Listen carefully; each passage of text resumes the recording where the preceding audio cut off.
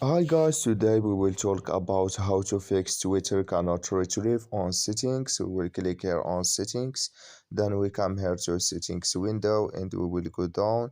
We will click here on apps and we will come here to apps window and we will just go down here to looking for Twitter app.